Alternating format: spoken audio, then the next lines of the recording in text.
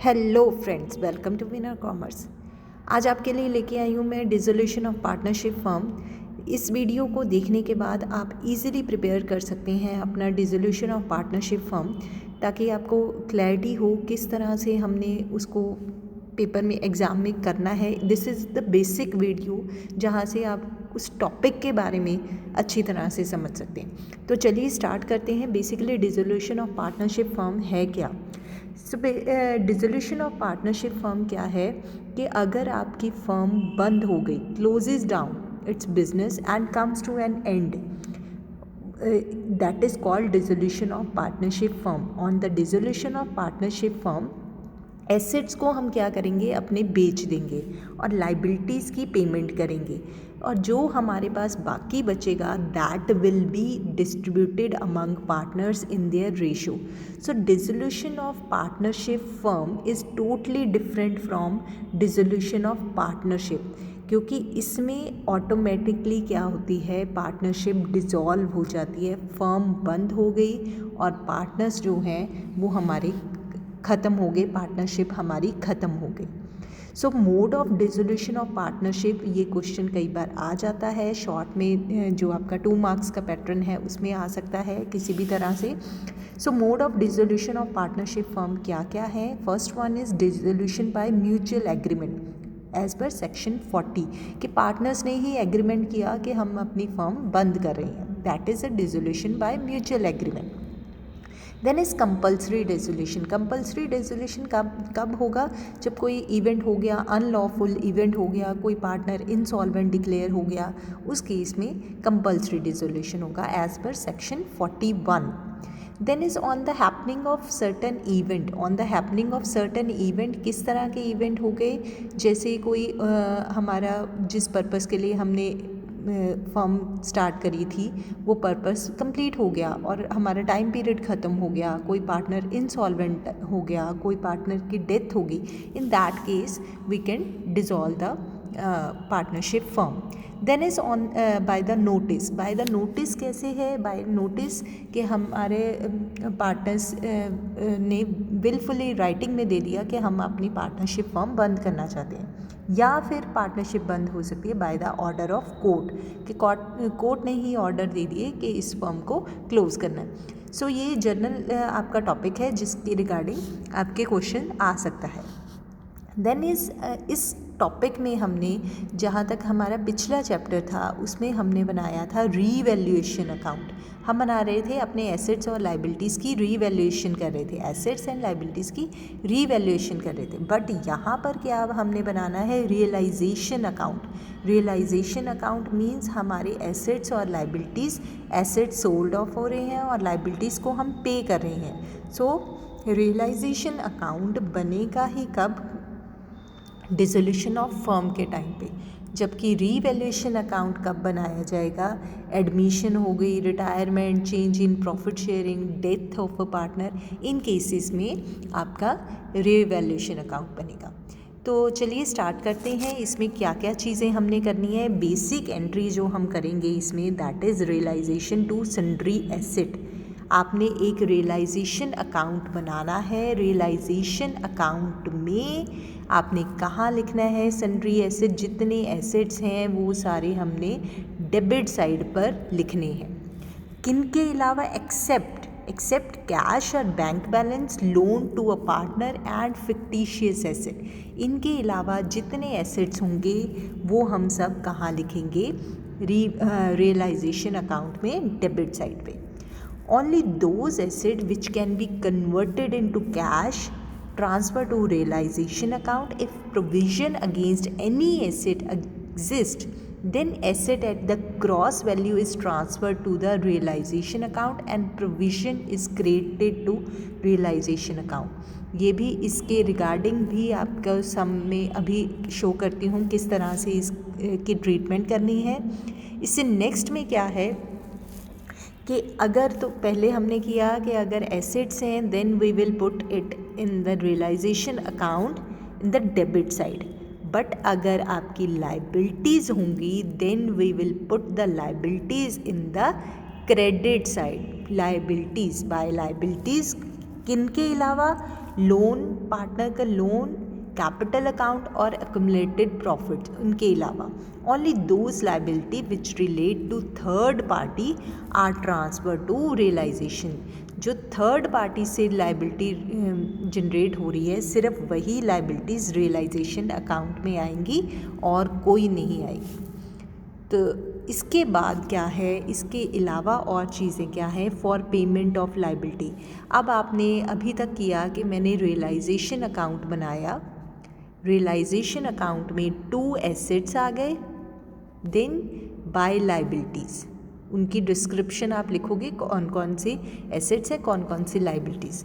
फिर क्या करना है हमने, फॉर पेमेंट ऑफ लाइबिलिटी, अगर आप लाइबिलिटीज़ की पेमेंट कर रहे हो, जो लाइबिलिटीज़ यहाँ लिखी हैं उनकी पेमेंट करनी है, then all the liabilities payment उनकी किस साइड पर आएगी, रियलाइजेशन अकाउंट में डेबिट साइड पे, टू कैश या बैंक।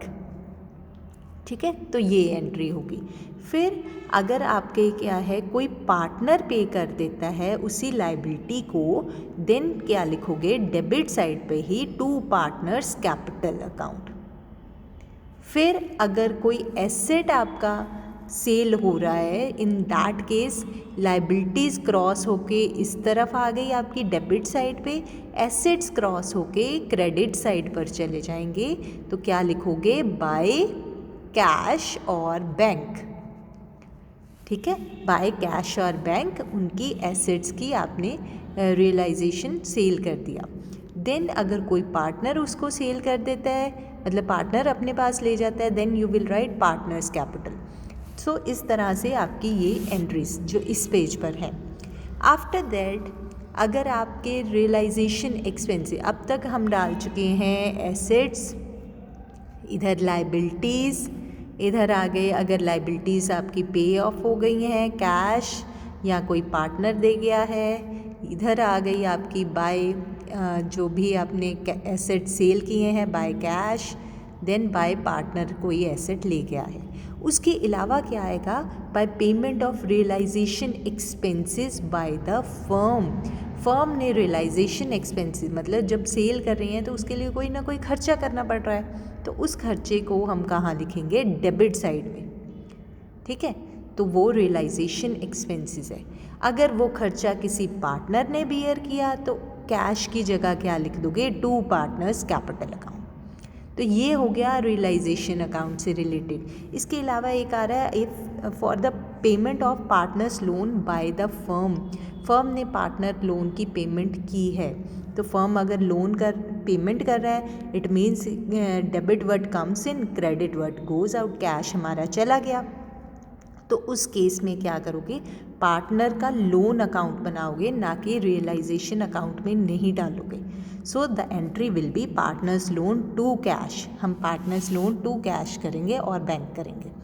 तो आगे क्या है, अनडिस्ट्रीब्यूटेड अगर प्रॉफिट होंगे, all these are transfer to all the partners in their capital ratio, in their capital account, in their profit sharing ratio. कौन कौन सी चीज़ें, general reserve, profit and loss का यहाँ पर नोट कर लें, credit balance is always transfer to debit side. ये याद रखने के लिए एक हिंट नोट कर लें कि क्रेडिट वाली चीज़ आप डेबिट में डाल देते हो, और किस में डालना है, to all the partners in their old ratio में डालना है।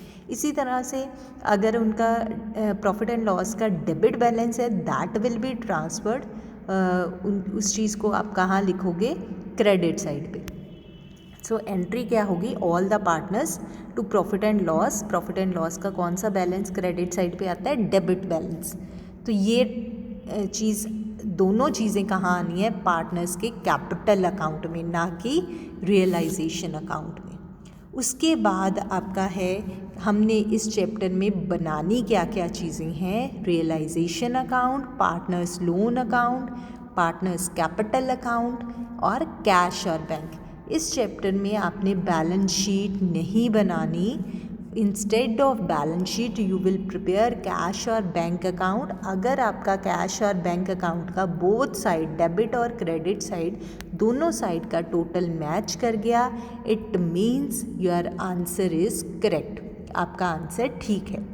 तो किस तरह से करना है, ये मैंने यहाँ पर एक बेसिक सा सम लिया है, जिसको देख के आपको एटलीस्ट डिसोल्यूशन वाले टॉपिक की क्लैरिटी हो जाएगी कि किस तरह से हमने इसका क्वेश्चन अटेम्प्ट करना है। जैसे मेरे पास है Charu and Palak are partners in the firm, they decided to dissolve the firm. Then Charu decided to take over the machinery at 7,500 while Palak took building at 18,000. Stock की रियलाइजेशन फुल वैल्यू में हुई, furniture was sold at 10% discount, debtors were settle at 5,000, realisation expenses कितने हो गए 750 के। So close the book of accounts. ये मेरे पास assets हैं, ये मेरे पास लाइबिलिटीज़ हैं। तो चलिए स्टार्ट करते हैं। आपने इसका क्वेश्चन का किस तरह से अटेम्प्ट करना है डिसोल्यूशन का, तो वो ध्यान से समझें। अब डिसोल्यूशन के अटेम्प्ट करने के लिए पहले तो 3 अकाउंट ओपन करने हैं, basically realisation account, then partners capital account, then cash और बैंक अकाउंट। यहाँ पर कैश एट बैंक है, इट मीन्स हम कौन सा अकाउंट ओपन करेंगे, बैंक अकाउंट। सो ये हमारे बेसिक 3 अकाउंट्स हैं। तो जैसे सबसे पहले बोला कि रियलाइजेशन अकाउंट में जितने एसेट्स हैं वो सारे डालने, building, machinery, furniture, stock, debtor, except cash at bank. ये कहाँ जाएगा, बैंक अकाउंट में। सो ये सारी चीज़ें मैंने रियलाइजेशन अकाउंट में किस साइड पे डालनी है, आपको बताया था एसेट में डेबिट साइड पर डालनी है, ठीक है। देन इस तरफ है आपके पास चारू और पलक की capital, that will go in partners capital account, और क्रेडिटर्स कहाँ जाएंगे, लाइबिलिटीज़ है, that will go in the realisation account credit side पे। सो ये तो बेसिक टर्म हो गई कि जो आपकी बैलेंस शीट में दी हैं चीज़ें। और एक और हिंट नोट करिए, जो भी बैलेंस शीट में चीज़ें दी जाती हैं उनकी ट्रीटमेंट जस्ट वंस होती है, एक ही बार ट्रीटमेंट करनी है। और जो एडजस्टमेंट एंट्रीज़ में या एडिशनल इन्फॉर्मेशन में चीज़ दी गई होती है उनकी कम से कम 2 बार या 2 से ज़्यादा बार भी ट्रीटमेंट, मतलब उनको कहीं ना कहीं हम डालेंगे। सो बेसिकली क्या क्या चीज़ें आई, आपने सारे अकाउंट सपोज इकट्ठे खोल लिए। ये मैं रियलाइजेशन शो कर रही हूँ, रियलाइजेशन में building, machinery, furniture, stock, debtors, ये चीज़ें आ गई। उसके अलावा क्रेडिटर्स लाइबिलिटी साइड पे आ गए। आफ्टर दैट जो आपका पार्टनर्स का बैलेंस था वो हमने यहाँ डाल दिया, देन बैंक अकाउंट का बैलेंस यहाँ पर आ गया। ये हमारी बेसिक चीज़ें हो गई, ठीक है। तो जो हमने डाला, उसके बाद उसने कहा है कि चारू मशीनरी ले गई, कितने की, 7,500 की। मशीनरी में आ गया आपका चारू का अकाउंट 7,500 का। तो अगर ये रियलाइजेशन में क्रेडिट साइड पर है तो पार्टनर के कैपिटल अकाउंट में कहाँ आएगा, टू रियलाइजेशन 7,500 की चारू जो आपका मशीनरी लेके गई है। उसके अलावा उसने कहा है पलक बिल्डिंग ले गई 18,000 की। सो पलक का अकाउंट आएगा, पलक बिल्डिंग ले गई है कितने की, 18,000 की। सो पलक में हमने 18,000 की अमाउंट लिख दी। आफ्टर दैट हमारे पास दिया गया है स्टॉक रियलाइज़ हो गया फुल वैल्यू पे, फर्नीचर रियलाइज़ हुआ, फर्नीचर सेल किया गया 10% डिस्काउंट पे। सो फर्नीचर कितने पे रियलाइज़ हुआ होगा, 10% डिस्काउंट अगर करें 2,000 पे, दैट इज़ 1,800 पे रियलाइज़ हुआ है। स्टॉक पूरी की पूरी वैल्यू दैट इज़ 4,500। तो यही चीज़ यहाँ पे लिखिए, हमने फर्नीचर 1,800, स्टॉक आ गया आपका 4,500। आफ्टर दैट उसने कहा है डेटर्स फुल अमाउंट में सेटल हो गए, डेटर्स की value full amount, then debtors आ गए। देन उसने कहा है रियलाइजेशन एक्सपेंसेस हमने खर्च किए, इसके लिए खर्चा किया है 750 का। तो ये 750 आपका खर्चा भी आ गया। अब एक चीज़ जो आपने याद रखनी है, मुझे क्रेडिटर्स के बारे में कोई इन्फॉर्मेशन नहीं थी। ऑब्वियसली हमने क्रेडिटर्स को भी पे करना है, तो हम क्या लिखेंगे, कैश या बैंक अकाउंट क्रेडिटर्स की पेमेंट को करेंगे, दैट इज़ 10,000 की पेमेंट करेंगे। सो अब आप देख सकते हो कि सारी चीज़ें मेरी रियलाइजेशन अकाउंट की या तो पेड ऑफ होगी या सोल्ड ऑफ होगी, ठीक है, ये सब हो गया। एट द एंड मेरे पास जो बैलेंस बचेगा, मेरा बैलेंस इस साइड पे बच रहा है उस अमाउंट को मैंने क्या करना 950 रुपीज़ बच रहे हैं क्योंकि कोई प्रॉफिट शेयरिंग रेशियो नहीं दी गई then I will divide it among both the partners equally divide किया इसको यहाँ डिवाइड किया रियलाइजेशन अकाउंट में ये कहाँ पे है क्रेडिट साइड पे तो पार्टनर्स कैपिटल अकाउंट में कहाँ आएगा डेबिट साइड पे।